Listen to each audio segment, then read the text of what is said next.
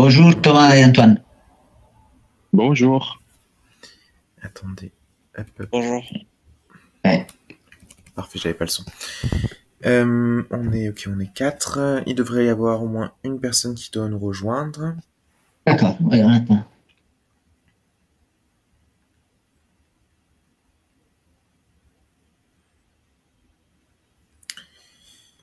On a donné le lien de la réunion à plusieurs personnes du projet, mais si ça vous dérange pas, je veux bien enregistrer parce que tout le monde n'est pas disponible en même temps. Il y a des gens un peu dans toutes les écoles. Donc, ah bah tiens, Ali devrait est là. Ok. Et est-ce qu'Alexandre va venir? Bonjour. Bonjour. Bonjour. Bon. Il y aura peut-être quelqu'un qui nous rejoindra encore. Je sais pas trop s'il viendra. Ok. On peut vous faire déjà peut-être une petite présentation de nous, notre projet. Alors, Oui.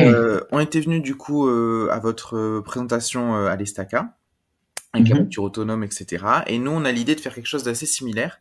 Je vais voir si je peux partager mon écran aussi. Ouais. Fenêtre ou onglet, écran complet, hop, ok.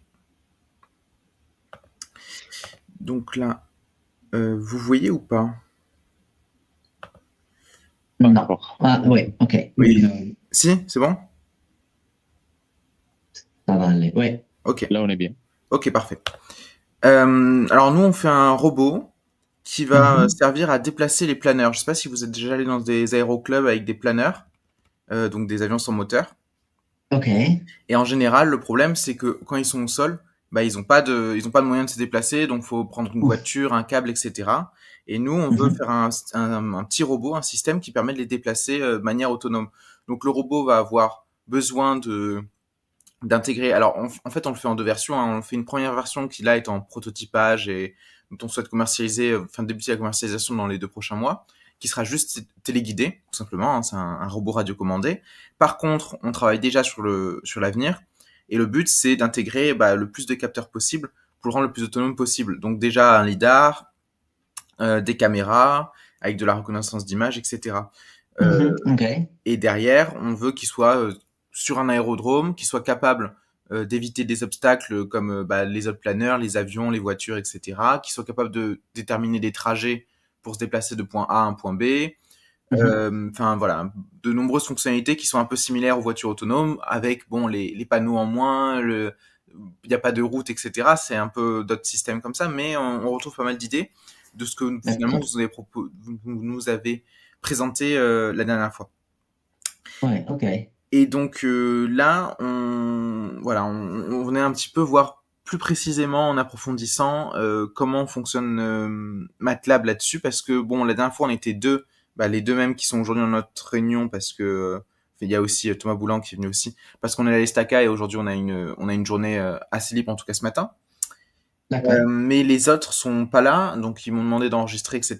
Parce qu'on a des gens aux mines, à l'ENS, on a un groupe de 2 étudiants aussi qui travaillent sur le projet aux mines, etc. Donc eux qui ne sont pas forcément aussi formés sur MATLAB et qui ont peut-être pas connaissance de tout. Moi et Alil Devray, on a déjà vu votre présentation et on utilise pas mal MATLAB finalement à l'Estaca. Ouais. Et puis aussi, tant qu'on y sera à la fin, voir un petit peu les propositions de licence aussi. On avait cette question parce que bon, on est sous licence étudiante pour tous les jours à l'école, et on se doute que licence étudiante, on a même vu les licences agreement, etc. Qu'on peut pas faire ce qu'on veut avec, forcément. Oui.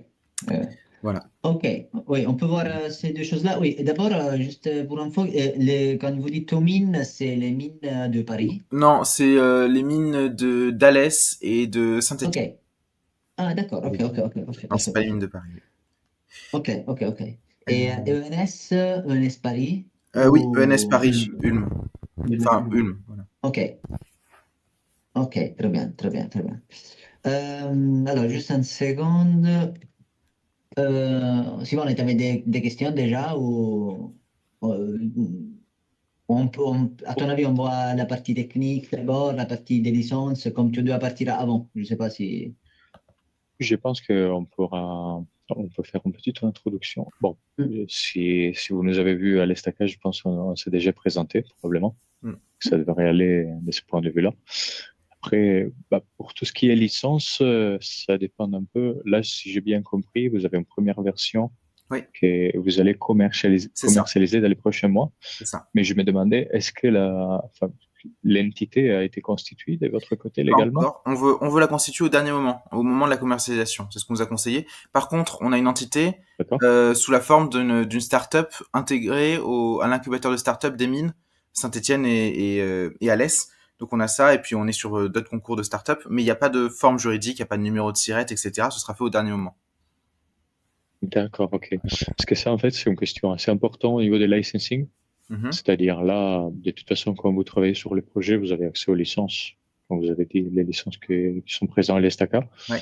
Au moment de la commercialisation de quelque chose, on passe sur une finalité différente. Mhm, bien sûr. Donc là, c'est vrai qu'il faudra penser à quelque chose de différent Et de donc, ce côté-là. par exemple, si on travaille, si on fait du développement en attendant sur les licences étudiantes, là dont on a accès au PC de l'Estaca, et le jour où on voudra mettre ce développement sur le marché, qu'on vous achète une licence, par exemple, donc la licence à 900 euros, il me semble, ou enfin, je sais pas si on a différentes, et qu'ensuite on peut continuer à travailler sur le projet qui était déjà ouvert avec l'autre licence, on peut l'importer, etc. Ou ça pose un souci, ça?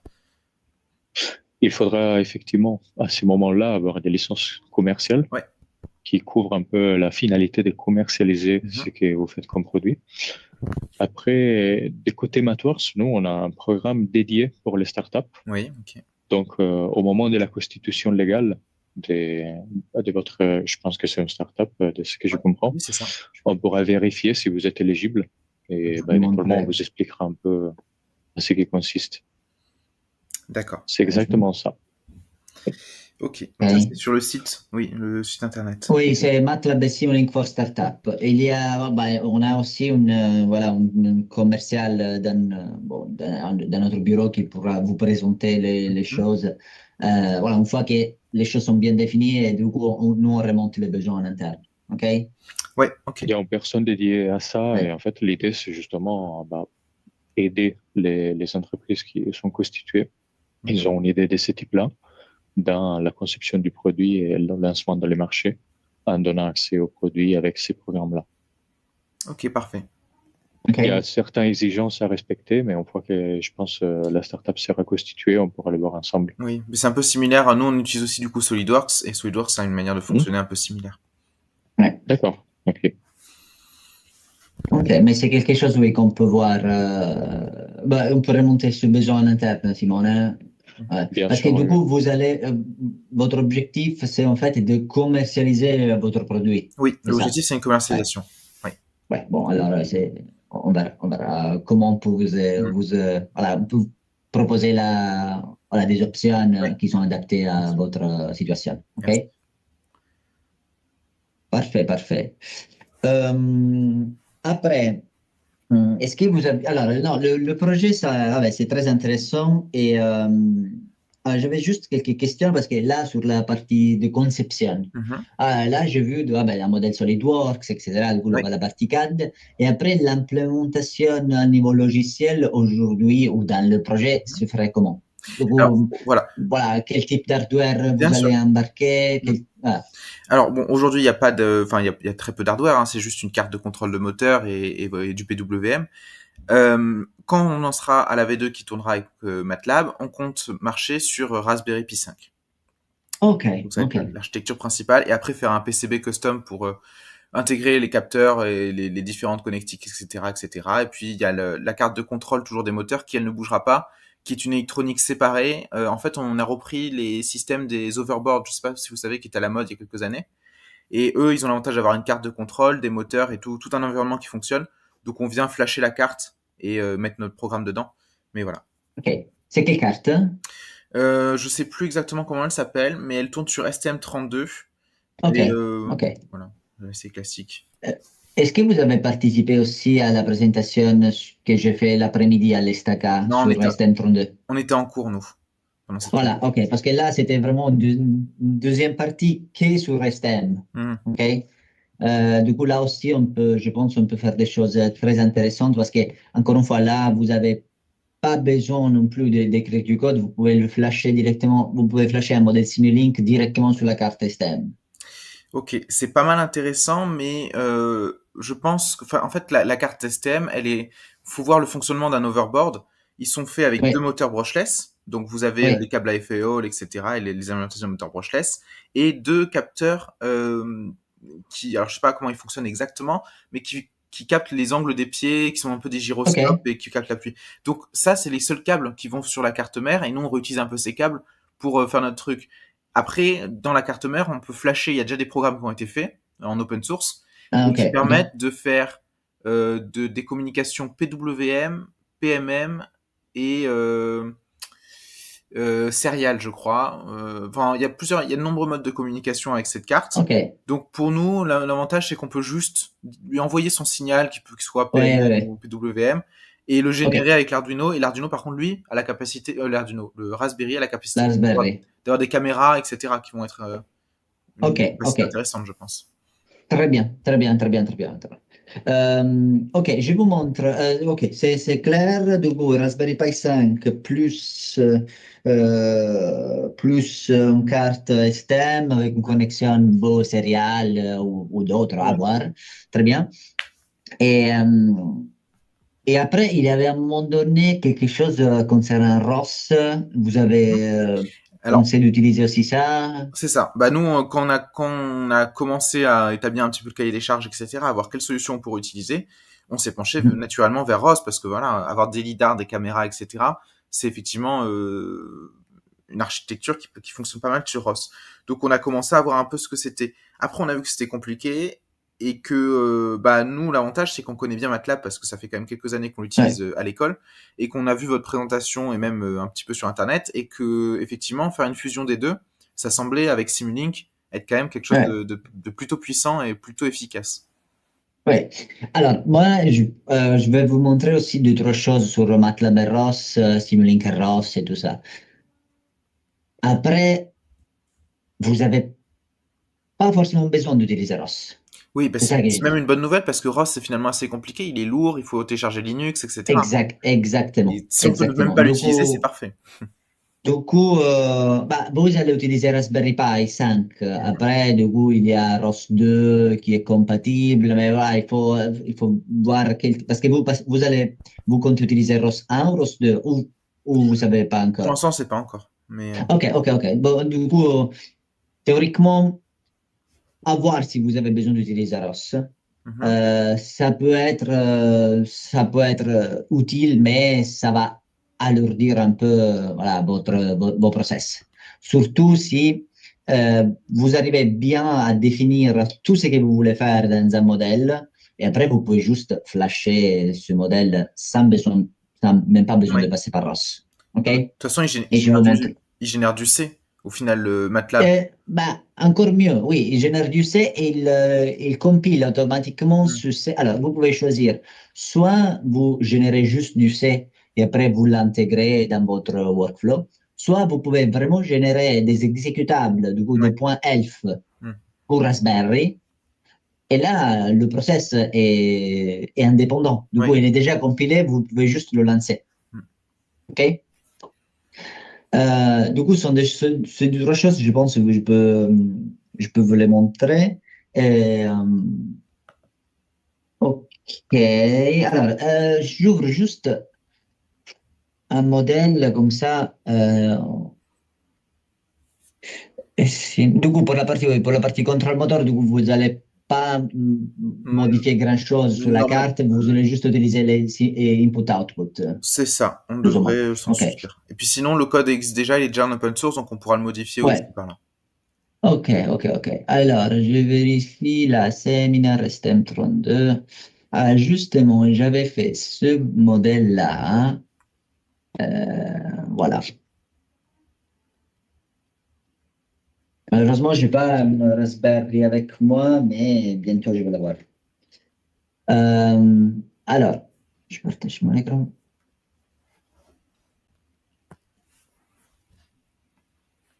Alors, je vous mets ces deux modèles à côté. Pardon.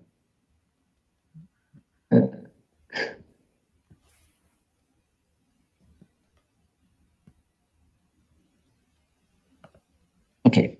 Alors, attends, c'était pas le final, c'était quelque chose de ce type-là. OK. Alors, vous voyez ici, il y a deux modèles. OK. Un modèle à gauche qui va, on dit, qui peut aller sur la carte STM32. OK. Et en fait, si vous voyez, il y a des blocs déjà pour récupérer les input-output, par exemple digital, du numérique, d'avoir des timers, d'avoir de gérer des interrupts, etc. Et après, vous avez aussi la possibilité de lire, par exemple, il y a des blocs pour lire directement le serial et Ouais. pour envoyer via serial. OK? Mm. Donc, tout ça, je comprends que vous n'avez pas vraiment besoin, mais à savoir qu'il y a cette possibilité. Si, Okay? pour lire le serial, pour envoyer en serial, etc. Si, on aura besoin de tout ça. Et effectivement, même le STM32, savoir qu'on peut... Enfin, en fait, nous, on n'aura pas accès à ça sur la Ouais, carte. On a accès directement au C qui a été généré. exact, exact. Mais, Voilà, du coup, bon, c'est juste pour voir. ouais. Parce que là, en fait, à droite, c'est par contre un modèle pour Raspberry Pi. Et là, vous voyez qu'on a des blocs pour lire le serial. Ouais. OK? Là, par exemple, c'est cette carte-là qui est connectée, qui était branchée physiquement. Là, je vais faire un test. Cette carte était branchée directement via un câble USB. Du coup, la Raspberry Pi était branchée en USB à une carte externe. Ok. OK? Ok. Et voilà, du coup, là, je pouvais lire, par exemple, les données envoyées via serial et je pouvais aussi les réenvoyer. OK? Et après, là, vous avez plusieurs blocs pour gérer toute la partie de capture vidéo, par exemple. Ouais. Vous branchez une caméra et, bon, sur Raspberry Pi 5, ça va être, à voir. Et, et là, vous pouvez, voilà, tout ce que vous voyez ici, du coup, du state flow, ça, il y avait aussi du deep learning, tout ce que vous voyez de l'affichage sur écran. Et tout ça, on peut le prendre et générer directement un exécutable pour Raspberry. Oui, ok.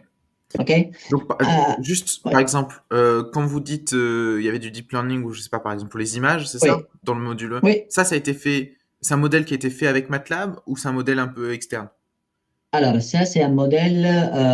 C'est une bonne question. Là, j'utilisais un modèle deep learning de MATLAB qu'on peut retrouver. Je peux vous montrer GitHub. Qu'on peut retrouver, par exemple, dans le GitHub. Ça, c'est un Ok. open source. Parce Et il y que, a, par exemple, oui, oui, tout ça. Oui, juste un second. allez-y, Par exemple, allez-y. on a tous ces modèles-là, du YOLO et d'autres pour faire de la reconnaissance d'objets. OK? Ok, ok, ok. C'est très intéressant. Parce que nous, Euh, ça va être une des features aussi dont on va avoir besoin. ouais. Voilà. Du coup, absolument, vous pouvez utiliser soit un modèle pré-entraîné que vous, en fait, téléchargez par là Mhm, et vous l'intégrez, mhm. soit vous pouvez aussi importer un modèle, par exemple, c'est quoi, vous utilisez PyTorch, TensorFlow. Bon, c'est pas grave parce que vous pouvez, en fait, importer un modèle PyTorch ou TensorFlow et créer un modèle MATLAB Oui, qui, après, vous pouvez utiliser ici. ok, OK? d'accord. Parfait. Euh, Ou sinon, voilà, du coup, ça, c'est une possibilité. L'autre possibilité, encore une fois, c'est de développer cette partie-là, si vous voulez, en Python, mais moi, je ne vois pas l'intérêt. Et après, il y a toujours la possibilité de faire le lien, par exemple, avec MATLAB. Non, mais OK? c'est intéressant parce que nous, on va devoir utiliser du deep learning la reconnaissance d'objets. Après, c'est des objets qu'on va devoir un peu personnaliser parce qu'on va être dans les planeurs, il va falloir voir ce que c'est qu'un planeur. Donc, c'est parfait ce que vous nous montrez. Ça veut dire qu'on peut prendre un Oui, modèle, l'entraîner sur nos images, etc. C'est très intéressant. exactement. Et après, vous pouvez, par exemple, Object Detection, vous pouvez aussi, je vous montre ça, vous pouvez aussi entraîner. OK? Mhm. Du coup, ça, c'est des modèles pré-entraînés. Oui. Mais après, je pense il y a, voilà, vous avez ici la possibilité de, vous pouvez créer votre training data et vous pouvez entraîner Ouais. votre modèle. Parfait. Du coup, une fois que vous avez entraîné votre modèle, vous prenez le modèle entraîné et vous l'utilisez. Ouais. OK? Ok. Du coup, tout ça, oui, sur Raspberry Pi, ça va être possible. Et vous voyez, ici, il n'y a pas du ROS. Non, oui, je vois. Euh, du coup, c'est vraiment selon vos besoins. Mm. Okay? C'est vraiment selon vos besoins. Mm. Idéalement, là, vous pouvez avoir un modèle qui fait cette partie-là de, par exemple, traitement d'image. Un modèle qui fait la partie de contrôle. Un modèle qui fait la partie de planning. Et après, vous avez ces trois process qui tournent sur la Raspberry et qui communiquent entre eux. Mm. Comment les process communiquent? Vous avez une idée? Non, enfin, je sais pas. Voilà. OK, il y a plusieurs manières. Soit vous avez un gros modèle où vous faites tout et là, il y a un seul process qui tourne. D'accord. Soit vous pouvez envoyer des données entre les process. Mhm. Par exemple, en utilisant des UDP. OK? Ok. Par exemple, oui, c'est ça. Du coup, là, vous Send. pouvez envoyer, par exemple, si vous voulez, j'ai fait vraiment des exemples comme ça, Non, hein. mais c'est très bien. Si vous voulez envoyer la détection le fait que vous avez détecté une personne Oui. ou un objet Oui. à un autre process, par exemple, au bloc de contrôle, qui Oui. après, il va s'arrêter, c'est exactement ça qu'il faut faire. Vous Ok. mettez un bloc UDP send ici et après un bloc UDP receive de l'autre côté pour dire, dans l'autre modèle, pour dire, ah, OK, attention, il y a une personne, ah, OK, je m'arrête. OK? Donc, quand vous avez dit que là, par exemple, on va générer un exécutable sur le Raspberry, ça veut dire qu'en fait, on peut générer, par exemple, plusieurs exécutables, un exécutable pour le moteur, un Exactement. exécutable pour ça, et aller faire communiquer. D'accord. Exactement. Exactement. Donc, vous avez. Alors, après, la ROS, ça vient déjà avec ce type de protocole. OK? Oui. Là, vous êtes obligé de dire, ah, OK, j'envoie sur cette porte-là, par exemple, cette détection-là. Mhm. L'avantage de ROS, c'est de, voilà, de préparer ça pour vous, d'avoir déjà. Et vous avez également des blocs ici. Après, je vous le montre. Par exemple, ROS Publish. Euh,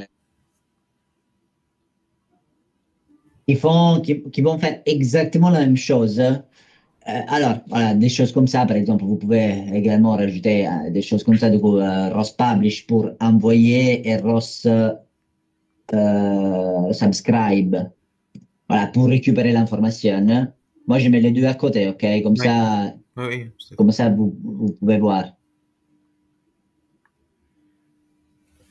Ça, c'est deux choses, du coup, ROS du PVC. Voilà, là, c'est deux choses assez équivalentes, Mhm. OK? Et par contre, oui, là, il y a du overhead, c'est-à-dire selon votre process, ça peut être trop lourd d'utiliser ROS. Là, vraiment, c'est vraiment super bas niveau. Oui, comment je peux dire, il y a de votre côté un effort pour faire les choses bien, les plus légères. Ouais. mais seront optimisées. Et moi, honnêtement, si j'étais à votre place, si je devrais commercialiser quelque chose et du coup avoir des performances super élevées, Mhm. moi, je préférerais avoir le contrôle moi-même et du Oui. coup essayer de faire quelque chose customized. En OK? fait, passer par ROS, ça va nous faire un peu une étape en plus qui va nous rajouter la complexité du code qui va être un peu plus lourd par rapport à juste passer avec ces portes-là entre les différentes applications Raspberry. Exactement. Ouais. Après, c'est à vous. Après, c'est à vous, hein. C'est Non, vraiment, mais c'est dans votre, je c'est sais ce pas, qu'on business model. Bon. c'est ce qu'on cherche et puis c'est intéressant d'avoir vos conseils parce que c'est ça, c'est il faut le C c'est intéressant parce que c'est rapide, on n'a pas forcément des puissances de calcul qui sont énormes. Alors si c'était que du programme ça va, mais là si on a un peu d'intelligence artificielle etc ça rajoute du poids Ouais, de calcul. ouais, Donc on a besoin justement d'être rapide et d'avoir voilà des process simples. ouais. Après, alors, si on fait du ROS, le résultat est exactement le même, hein. Mhm. Alors, vous avez besoin d'installer ROS sur la Raspberry Pi. OK, mais c'est la seule chose qui est Ouais, nécessaire parce que côté MATLAB, vous avez besoin de rien. ouais, Vous avez pas besoin d'installer ROS parce que si j'ai, par exemple, je mets ici et je fais ROS de Node Daniel. Hein. Là, j'ai un ROS qui tourne déjà. Oui. OK? Du coup, alors, non, je fais un truc un peu plus. Ah, je fais control equal ROS de Node control. Image equal roast node image. Et là, par exemple, juste pour vous montrer, roast, vous avez déjà, moi, quand j'ai fait ça, en fait, il y a ROS qui tourne sur ma machine. Ok. Okay? Du coup, s'il y avait ROS aussi sur la Raspberry, moi, j'avais la possibilité de faire communiquer ces deux. OK? Oui, oui. Comme vous avez montré avec la voiture en dernière Exactement. fois. Oui. Exactement. Du coup, c'est un peu à vous de voir. Et après, il y a une troisième possibilité, toujours sur, qui est un peu entre l'UDP pur et le ROS, qui c'est utiliser des WebSockets. Par exemple, ça, encore une fois, c'est assez similaire. L'intérêt d'utiliser des WebSockets, c'est qu'après, vous pouvez les utiliser, par exemple, sur une page web pour monitorer des choses. Ça, c'est Bien très sûr. intéressant d'utiliser des WebSockets. Oui, ok. Oui, c'est intéressant, OK? effectivement. Et voilà, vous avez exactement, du coup, vous avez plusieurs possibilités. Aussi, vous pouvez les mélanger, hein. Rien ne vous empêche d'utiliser des UDP, des WebSockets pour avoir après une interface web pour contrôler votre robot, pour voir. OK? Oui, Ça, c'est vraiment intéressant. OK? oui, c'est vraiment très Et, intéressant. Parce que ça veut dire que, par et exemple, si on avait une application mobile avec le robot, il pourrait voir la ouais, caméra du robot, contrôler le robot depuis l'application mobile en utilisant ses WebSockets. exactement. Exactement. Et alors, il y avait, je ne sais pas si, voilà, alors, c'est exactement ça. Là, vous voyez, il y a du coup, là, il y a un IMU connecté à la Raspberry, après d'autres capteurs, vabbè, peu importe. Après, il y a un bloc WebSocket Publish qui en fait est utilisé pour publier ces valeurs-là. Et vous pouvez soit les récupérer dans un autre process, bien sûr, soit avoir une page web et avoir une interface qui vous permet de voir les informations, de les modifier et d'interagir aussi. OK? Oui. Encore une fois, plusieurs possibilités. OK? Et après, sur la partie ROS, ouais, là, ça peut être intéressant aussi. Ça peut être intéressant aussi parce que là, je voulais euh, le fonctionnement est exactement le même. Hein. Là, vous voyez, il y a le bloc de perception avec la caméra, le bloc de décision, le bloc de contrôle. Vous allez générer des nœuds ROS directement depuis MATLAB. Et, euh, et là, en fait, vous pouvez fermer la boucle. Du coup, vous pouvez faire toute la partie de conception sur MATLAB Oui. et après la partie de déploiement sur HardwareL, pardon, en utilisant des simulateurs, etc. Ok. Ça rajoute bien sûr de l'overhead, mais ça peut être aussi une solution. OK? Les deux sont à connaître et investiguer, c'est sûr. Exactement. C'est vraiment, voilà, c'est vraiment un choix Oui, de conception. bien sûr. OK? Et, et voilà, du coup, non, est-ce que vous avez des questions ou si les autres qui sont de la réunion, si vous avez des questions par rapport à ça?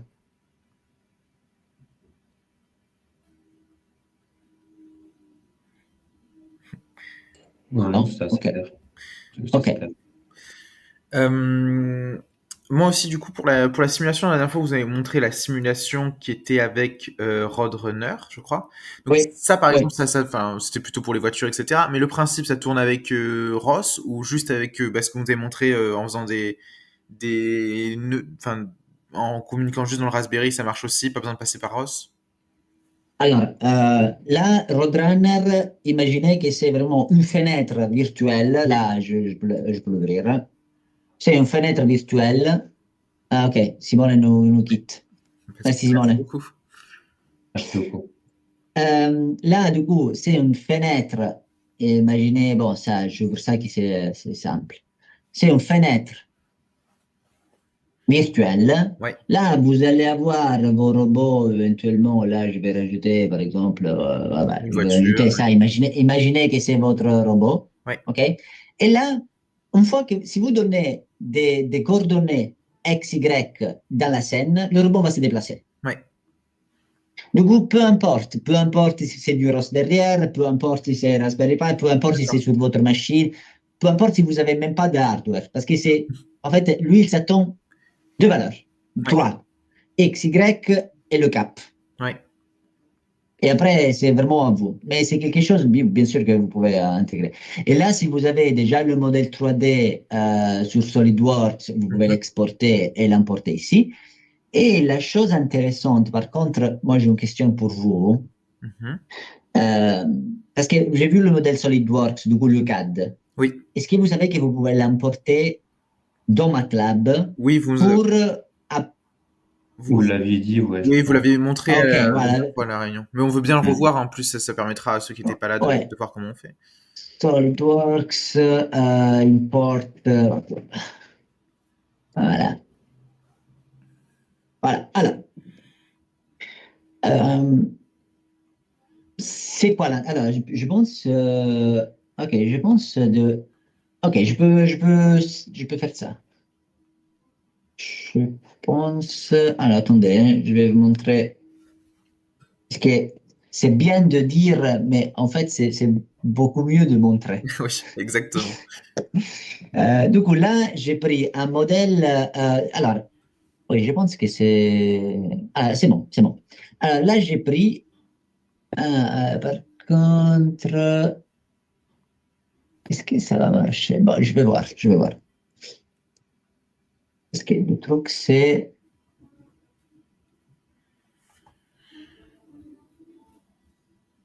Modèle multimodeling. Alors, je vais essayer de faire ça.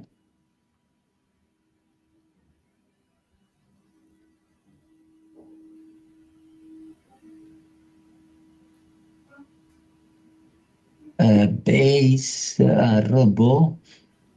Je connais pas trop. Robot.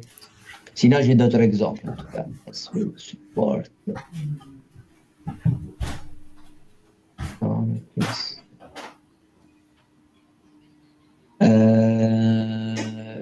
C'est ça.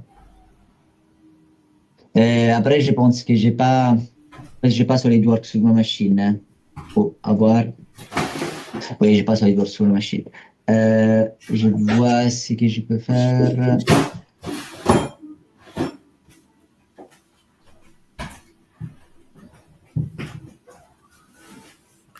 Euh, Enfin, s'il y a besoin ouais. même d'avoir SolidWorks, bah moi je l'ai ouvert juste à côté. Hein, je peux aller sur. Oui, non, mais attendez, je vois. Parce que là, je sais pas comment. Ah, pareil, là.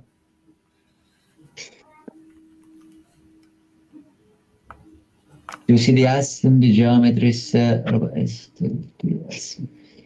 Oui, je pas. Alors, là, je sais pas comment. Ouais. Oui, en fait, il faut faire ça. Vous voyez? Ça, c'est quelque chose que je vous avais envoyé via chat.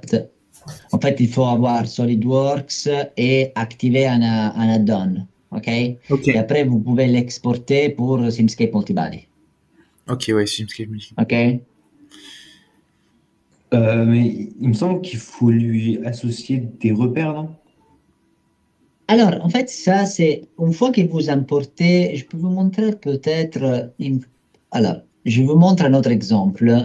Parce qu'en fait, finalement, c'est. En fait, c'est ça. OK. Alors.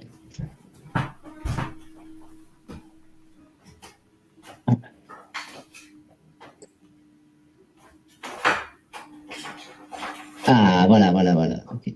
OK. Là, vous voyez, là, j'ai un modèle, OK, Estelle, et je peux l'importer. OK, là, vous voyez, il y a un XML ici que je pense que bon, vous pouvez générer par SolidWorks. Et quand j'ai fait ça, en fait, MATLAB va automatiquement générer un modèle Simulink avec ces fichiers-là. Mhm. OK? Et du coup, vous avez toute la géométrie du robot ici que vous pouvez, après, je vous montre rapidement, simuler. OK? Je fais layout for. Alors, là, qu'est-ce qui se passe? Là, en fait, vous voyez, il n'y a pas de contraintes. Du coup, j'ai juste importé Mhm. la géométrie et du coup, il va faire un peu, il n'y a pas de contraintes, du coup, il va tourner un peu comme ça, OK? Ouais. Mais vous pouvez en fait après contrôler tout ça. Par exemple, ici, imaginez que vous avez votre modèle. Ah, pardon, c'est pas ça. Vous avez votre. Je pense que c'est ça. Hein. Oui, c'est ça, Vous c'est les pouvez fonctions. rajouter du actuation, du torque. Mhm.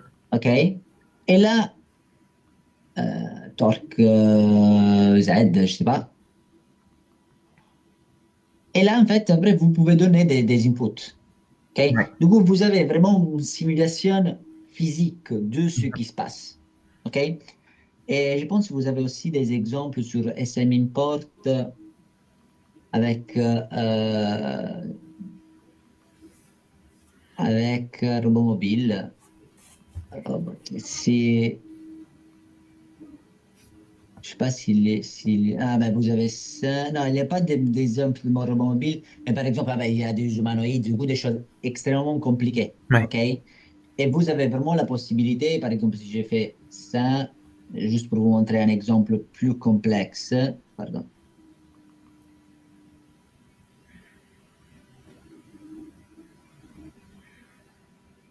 Et là, encore une fois, oui, ça respecte exactement les contraintes que vous avez, bah, votre modèle SolidWorks, OK? Mhm. Et là, si vous avez, par exemple, ce robot humanoïde, après, vous pouvez, voilà, là, je suis en train de contrôler les joints, et vous pouvez faire des choses comme ça. Ouais. OK? Là, c'est vraiment quelque chose de très avancé, Mhm. mais à savoir que c'est très intéressant parce que vous avez votre modèle SolidWorks et du coup, si vous arrivez à modéliser même les moteurs que vous avez Oui. sur votre robot, Ouais. là, vous avez tout. On a tout et on peut complètement tout simuler, oui. Parce que effectivement, là, on a vu qu'on a une carte qui est pas la nôtre. D'ailleurs, j'ai profité là pour en ramener. Là, il y a une carte Oui. pour voir un petit peu dénudée. Ça ressemble un peu à ça. Là, vous voyez un STM32 au milieu. Et bon, OK. quand il y a les câbles entiers, c'est un peu plus le bordel dessus. Mais hop, c'est un peu emmêlé. Voilà à quoi ça ressemble un petit peu. C'est-à-dire qu'il y a donc ça, c'est les câbles des moteurs. Il y en a deux parce qu'il y a deux moteurs. Les Oui. câbles effet Hall. Non, ça doit être les Oui. commandes des capteurs gyroscopiques. Les câbles à effet Hall qui sont là, puis il y a une batterie, un bouton on-off, etc. Donc c'est pas la même architecture exactement que la carte STM32 que vous avez montré là, qui est la carte classique Oui. qu'on a, mais ça tourne toujours sur le processeur STM32 et voilà. Oui, oui, oui. Bon, après, si vous utilisez cette carte-là un peu comme black box ou gray box, c'est-à-dire Mhm. vous allez pas modifier beaucoup de choses. Mais en tout cas, ça reste, ça va. Hein. Après, c'est-à-dire, là, c'est autre chose. C'est-à-dire, en fait, vous allez créer tout le logiciel qui va contrôler cette carte-là. C'est ça. Bah alors nous, donc le logiciel, c'est sur un GitHub. Là, il y a un GitHub qui a tout le Ah, logiciel pour la flasher. Ça veut dire que oui, même si enfin pour nous, pour l'instant, ça reste une boîte grise parce que on n'est pas allé voir dans le détail le logiciel. Par contre, oui. effectivement, on pourrait faire le travail pour connaître exactement parce que là, on ne donne qu'une entrée pour connaître quelle sera la sortie de l'autre côté. Voilà. Et là, on aura tous Oui. les éléments, effectivement. Exactement, exactement. Après, encore une fois, vous n'avez pas besoin d'aller Oui, dans ce détail-là. ouais, Vous pouvez, en fait, sur Simulink et sur SimCell, vous pouvez vraiment choisir le niveau auquel mhm, vous voulez aller. ouais, OK? tout à fait. Et, euh, et voilà, oui. Dites-moi si vous avez d'autres questions. Hein. Hum, Non, là, c'est pas mal. On a vu beaucoup de choses. C'est très intéressant. Enfin, ça va être principalement ce sur quoi on va se pencher. Hein. Vous avez montré vraiment, c'était très intéressant d'avoir les modèles aussi deep learning dedans parce que nous, on était à se dire que peut-être que ce serait un peu séparé, qu'il faudrait faire la communication un peu complexe, alors que là, visiblement, c'est dans MATLAB directement, donc c'est très intéressant avec le modèle 3D pour la Ouais, simulation. Euh, exact. Ouais. je pense, que ça sert plutôt pas mal l'usage qu'on va en faire. Ouais. Moi, j'avais une petite question sur le deep learning. Là, vous avez dit que vous avez téléchargé des modèles qui sont déjà entraînés sur leur site. Est-ce que Oui. ces modèles-là, on peut aussi, nous, derrière, les entraîner pour qu'ils soient plus spécifiques. Absolument, oui, oui, oui. Ok, Là, d'accord. Object Detection, je peux vous montrer plusieurs choses. Ah, là, c'est tout. OK. Train Custom Object Detectors. Ah, OK? d'accord. Ok. Ouais. Du coup, là, vous pouvez choisir tout le type, par exemple, les types de data que vous avez. Par exemple, vous pouvez mettre de la ground truth, vous pouvez créer votre propre. Je sais pas, si vous avez une image à segmenter, Mhm. vous pouvez la faire. Si vous avez une image avec un bounding box pour dire, voilà, vous pouvez le faire. C'est tout à fait possible. OK? D'accord. Là, voilà, là, en fait, c'est ça que ça, c'est 23B, YOLO 3. Il y a plusieurs choses que vous pouvez faire. Par exemple, je prends ça. Là, j'utilise YOLO X, du coup, un modèle qui était toujours dans la Deep Learning GitHub. Mhm. Si vous voyez, il y a Object Detection, YOLO X. Ok. Mhm. OK? Du coup, vous pouvez le télécharger et pardon, réentraîner. OK? Avec votre training data, le type de détecteur que vous allez utiliser et des options. Mhm. Et Voilà. cet entraînement, on peut le faire directement sur MATLAB ou faut passer sur un logiciel? Absolument, non, non, ça, c'est D'accord. pas sur MATLAB. Ok. OK? Mhm. Et Ouais. vous avez, par exemple, attends, je vous montre aussi. euh, alors, il y a. Qu'est-ce que je voulais vous montrer? Voilà. Du coup, vous pouvez vraiment directement sur MATLAB et pas seulement avec voilà, voilà, des outputs de code. Vous pouvez Mhm. entraîner plusieurs choses et vous avez des applications, par exemple, ici, qui vous permet voilà, je pense celle-là, Je vais regarder un peu ça maintenant. ouais, de regarder tout ça, ouais, de Mhm. regarder tout ça, comment se passe l'entraînement. Là, vous pouvez même, alors, là, quand je dis, soit vous créez vraiment un modèle deep learning from scratch, où Mhm. Ouais. vous allez mettre vos blocs. Soit vous pouvez importer from PyTorch ou from TensorFlow, ou encore une Mhm. fois, vous pouvez utiliser voilà, des choses qui existent déjà. Par exemple, je prends ça, et quand vous l'importez, en fait, vous avez toute la structure. Ouais. Du coup, Ouais. vous pouvez, si vous souhaitez, même modifier les paramètres qui sont dans chaque couche. Ouais, OK? visualisation et tout, ouais. Mais c'est vraiment là, on est à un niveau, encore une fois, on est à un niveau Oui, là, c'est trop bas. très avancé. Très Ouais. avancé. Mais rien n'empêche de prendre un modèle qui n'est pas entraîné ou qui est pré-entraîné et le spécialiser voilà, Ouais. sur vos images. Ça D'accord, va ok. être très bien parce que, Mhm. en fait, nous, s'il y a un modèle qui est trop général, bah, il va être trop lourd pour des choses qu'il va jamais voir, qu'il va jamais servir. Ouais. Exact. Et des Ouais. choses que nous, qui vont nous servir, il ne saura pas les connaître. Ouais. Qu'est-ce que vous allez détecter? Hein? Alors, bah, nous, ça va être tout ce qui peut aller sur un aérodrome. Donc, ça va être bah, déjà les planeurs, les avions, il faut différencier les deux. Et ensuite, ça va être les personnes, vélos, etc. Tous les objets, voitures qui peuvent se balader sur un terrain comme ça. Voilà. Ouais. OK. OK, OK. Je pense là, voilà, là, comme vous voyez, vous pouvez donner des training labels, Mhm. des choses que vous pouvez, voilà, C'est ça. sur Par lesquelles vous contre, voulez entraîner, une grenouille les ou un images. oiseau, on n'en aura pas besoin. C'est ça le Oui, truc. exact. Non, mais ça, c'est, C'est voilà, ça. c'est à vous vraiment de spécialiser votre Ouais. modèle. Et Ok. après, à savoir qu'il y a, il y a quelque chose, il y avait des choses intéressantes. Ah, voilà, voilà. Il y a énormément de ressources. Encore une fois, hein, Mhm. c'est exactement ce qu'on a parlé. Vous pouvez avoir un modèle qui est énorme, du coup, qui est super précis, etc. Mais vous pouvez après utiliser des toolbox de librairie qui vous permettent de Ah, comprimer ce modèle-là. Bien Mhm. sûr, c'est-à-dire, il y a plusieurs modalités pour faire ça. Mais la chose intéressante, c'est que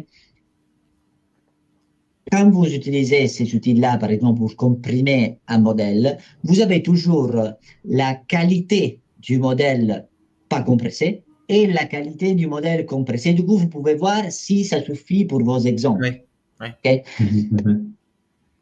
Et c'est, oui, ça c'est encore une fois, c'est très très intéressant. Mm. Là, vous voyez l'accuracy du modèle et le number of learnables, parce que dans le deep learning, c'est ça qu'on va essayer de réduire. Ouais. OK? Ok. Voilà, c'est quelque chose aussi, voilà, je vous mets ça ici, après je vous envoie un mail avec tout ça. Ça, c'est autre chose. C'est-à-dire, encore une fois, vous avez la possibilité en utilisant ces outils-là de tout faire sur MATLAB. Ouais. OK? Et là, voilà. OK? Ok. D'autres questions? Moi, non. Non. Ok. Ok. Ok, du coup, on a parlé de, bon, en grande ligne, on a parlé de un peu de perception. La partie contrôle, je pense que vous allez le gérer de votre côté. Mhm. Planning. Ah, capteur, vous avez dit caméra et lidar. Oui, caméra, lidar, accéléromètre, magnétomètre pour le cap et GPS. Je crois que j'ai fait un peu le tour. Ok, ok, ok, ok. Bah, vous avez vraiment là, encore une fois, plusieurs choses. Là, je vais vous mentionner deux, trois choses, hein. Navigation Toolbox pour Ouais. gérer tout ce qui est toute la partie de navigation. Mhm. OK? Du coup, pour faire éventuellement du SLAM, si vous voulez, pour faire du path planning, tout ça, c'est dans la Navigation Toolbox. Et Ouais. éventuellement, on peut faire un call avec un spécialiste de la Navigation Toolbox, hein. Ouais. Bon, Peut-être à à voir. l'occasion, mais déjà en fait, enfin, on a vu la Navigation Toolbox déjà sur MATLAB un petit peu et effectivement, enfin, faudra creuser. Ouais. Voilà. Oui, ça c'est très très important. Mapping Toolbox, peut-être vous n'avez pas besoin à ce stade, mais ça vous permet, voilà, si vous Ouais. avez des coordonnées GPS, Si, oui. de localiser le robot. Ah, Nous, par exemple, on va pas utiliser de SLAM parce que le SLAM, ça va peut-être dans une pièce, etc. Là, on est dans un aérodrome, c'est grand, c'est pas ce qu'on va chercher. Par contre, parfait. effectivement, définir des zones interdites, des zones autorisées, etc. Ça, oui, ça nous intéresse beaucoup plus. Du coup, Mapping Toolbox, ça peut Ouais. être très intéressant aussi pour vous. Euh, Ça vous permet voilà, d'importer, d'exporter des choses, de faire toutes les transformations. Bon, avec Control Toolbox, avec tout ça. Sensor Fusion, peut-être, je ne sais pas si vous avez besoin pour l'instant, mais bon, c'est Ok. OK. Ok. Mais il y a vraiment énormément de choses. Oui, Là, c'est très vaste, ouais. MATLAB. C'est Oui, c'est très vaste. Et juste pour voir, LiDAR Toolbox. Ah, ouais, mais vous allez utiliser un LiDAR 2D, c'est ça, oui, non? Avec c'est une ça. seule couche. Oui, OK, exactement. du coup, bon, la LiDAR Toolbox n'est pas nécessaire. Euh, et après, oui, Robotic System Toolbox, UAV Navigation, ROS, Sensor Fusion, oui, tout ça. Ouais, tout ça. Ouais, On a déjà aperçu en se baladant dans MATLAB. ouais, ouais, ouais, ouais, ouais. Voilà, du coup, vous me dites, hein, alors, c'est-à-dire, nous, on prend de notre côté, de notre côté, nous, on peut voir à l'interne quel type de licence vous avez besoin. Ouais. OK? Euh, et voilà, je vais vous envoyer un mail pour récapituler un peu tout ce qu'on s'est dit. Mhm. OK? Et après, on reste en contact. C'est-à-dire, si vous avez vraiment des questions, vous me dites, je suis là. Et vous êtes sur Laval, hein? Oui. Sur la vague, oui. OK, OK. Éventuellement, on peut se voir, même si quand vous avez un prototype, Mhm. Oui, ce sera se très voir. intéressant. OK? Là, on travaille dessus, sur le prototype, etc. Et peut-être qu'au cours de l'année, plus tard dans l'année, ça pourrait être effectivement intéressant. Voilà, je pense que vous avez tout ce qu'il vous faut dans ces produits. Et surtout, après, vous avez encore une fois la chose sur laquelle j'insiste.